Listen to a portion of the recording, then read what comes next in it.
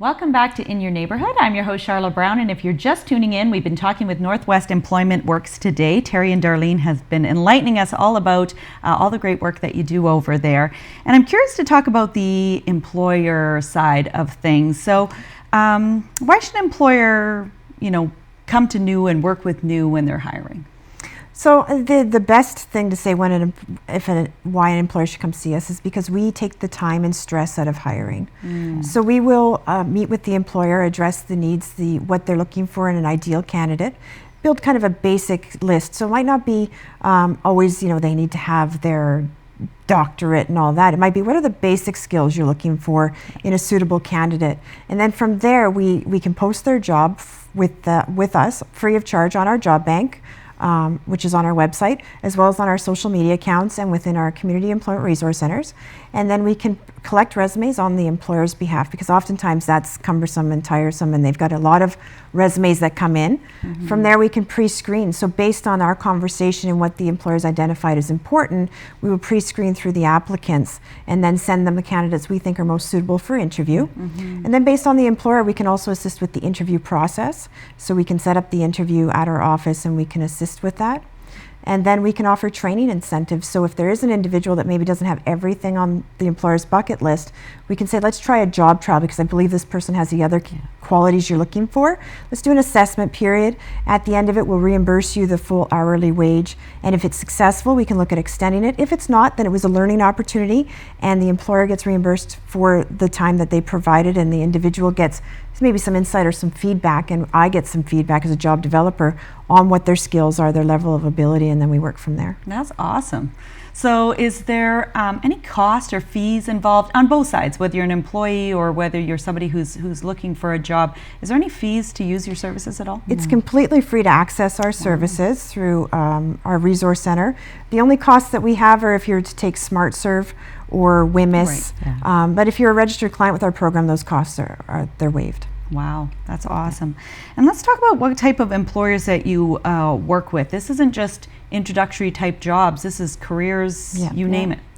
We have the opportunity to work with a variety of employers, from engineering firms to healthcare clinics to restaurants, hospitality, retail. We have the whole gamut. Mines, government offices, anyone that's looking to hire, we're able to work with them and provide support, provide suitable referrals, training opportunities. We do go in and train the staff on certain things as customer service excellence, but we aren't limited to any one sector, and we're always looking and growing our sector categories to enhance our services, but to make the community and the employers more aware of these services that are free and that can assist them. And a great way to stay up to date, because the thing is that when you're running a business or you're an employer, you don't realize, if there's government regulations that's changed, or training that your staff should have, or, all of the new hiring practices. It's great to know that's what you do, is you're staying up to date with the latest and greatest and all that good stuff. Absolutely. Awesome. Let's talk about some of the challenges. So what are some of the challenges that employers face when they're looking to hire? Oftentimes the employers, it's a number of things. You get a lot of, like you said, resumes that come in, and the individuals just are not presenting anything that this employer is looking for. And that can lead back to, again, what Darlene said about people not knowing how to do an effective cover letter or a resume. So they're not actively or effectively marketing themselves. So an employer is not maybe seeing a suitable candidate within there because it's not being presented to them. But they're also, the labor market is a little different nowadays. When I started 16 years ago, I had a lot of job seekers. I didn't have a lot of jobs. It was hard to find employment opportunities in many of the fields that the individuals I was working with was looking for. Now we have the reverse. We have a lot of employers looking, and we don't have enough job seekers that are looking for that type of work or that have the skills and the qualifications. It's like a mismatch. Yeah. Right. Yeah. Awesome. And let's talk a little bit, Darlene, about your side of things in terms of some of the challenges that people have when they're trying to find employment. Every person is different, so there's not really I can't say one common challenge. For some people, it's ageism that happens in the city, or within other cities too, ageism against a youth that might not have enough experience. Ageism against a mature worker, someone who's over 40, and maybe they're looking for a certain style of job or wage, and or maybe they're so close to retirement that they're looking for something different, but the employer is not necessarily wanting to put that risk, because here you're investing in an employee, and then they could be leaving in 2 or 3 years or 5 years or 6 years, right? So ageism is one. Technology is a huge factor for a lot of people. I often deal with ones that are in the business sector, and they don't have like the Microsoft Office products, or if you're in the technology, maybe they don't have AutoCAD, or it's person specific, but there is a lot of challenges. Like I said, the ageism, the not knowing the market, not knowing how online job search is going. That's why it's really nice to talk to somebody who can actually, and sometimes they're so overwhelmed. They don't know where to go. They don't know what to look for, especially if they're doing a career change, and it makes the world a difference. Yeah, absolutely. And other things that you offer that I want to mention, I know it's past for this year, but every year you put on a really big career and job fair. So let's maybe mention that, because we air this throughout the year, and people will know that goes on. Well, because we are part of Confederation College, we are the employment side.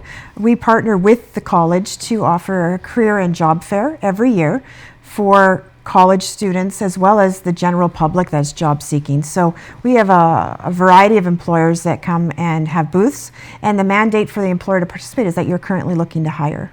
So they get an opportunity one-on-one to meet with the people that are in charge of hiring, present their resume, and to get some more information about the companies and businesses that are looking to hire in Thunder Bay. Awesome. And it's a great opportunity for anyone who's job searching, because here you pass that online application, and here you can actually talk to somebody specifically face to face, which is good.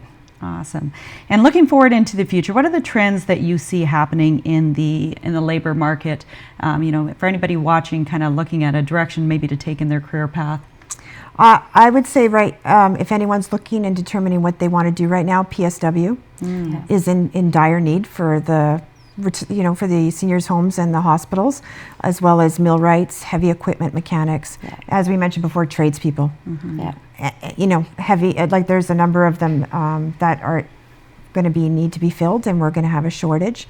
Also, the continuing trend of the customer service industry. There's the individuals, restaurants, hotels are having a hard time finding and maintaining staff because of the rate of pay is not the highest, but also just the different work ethic and the different age groups that are looking for work. When maybe 10 years ago people wanted to work as a bartender or a server while going to school, individuals now don't want to do that. Good to know. So let's leave with maybe some information. If people want to access your services, want to come in, get some information, what are the best ways to contact you? Well, we have our main phone number, which is 473-3829, but also with our Community Employment Resource Center at the college and our second one opening up at the Whalen Building, we have walk-in appointments daily. Great. So even just stopping in, coming and meeting with our staff, we can, introduce yourself, and we can identify the level of service that you require and get you started. Awesome. And you can actually go online and book, and doing a self-service registration, and actually book and ask to meet with an advisor one-on-one. So if you're not comfortable calling, or if you're not comfortable coming in or can't because you don't have transportation, online does work. Awesome. And you have a fantastic website, because I was checking that out before the interview today, so lots of great information and a good place to start for sure. Well, I want to thank you, Terry and Darlene, for being on the show today and enlightening us all about what Northwest Employment Works does in the city. I'm both for the employer side and people who are looking for jobs, great resource to have in the city for sure. And I want to encourage everybody, if you're either looking for a job or if you're an employer looking to hire, be sure to check out Northwest Employment Works and all their great services that they have there. I want to thank everybody for tuning in today, and be sure to watch next week with more on In Your Neighborhood.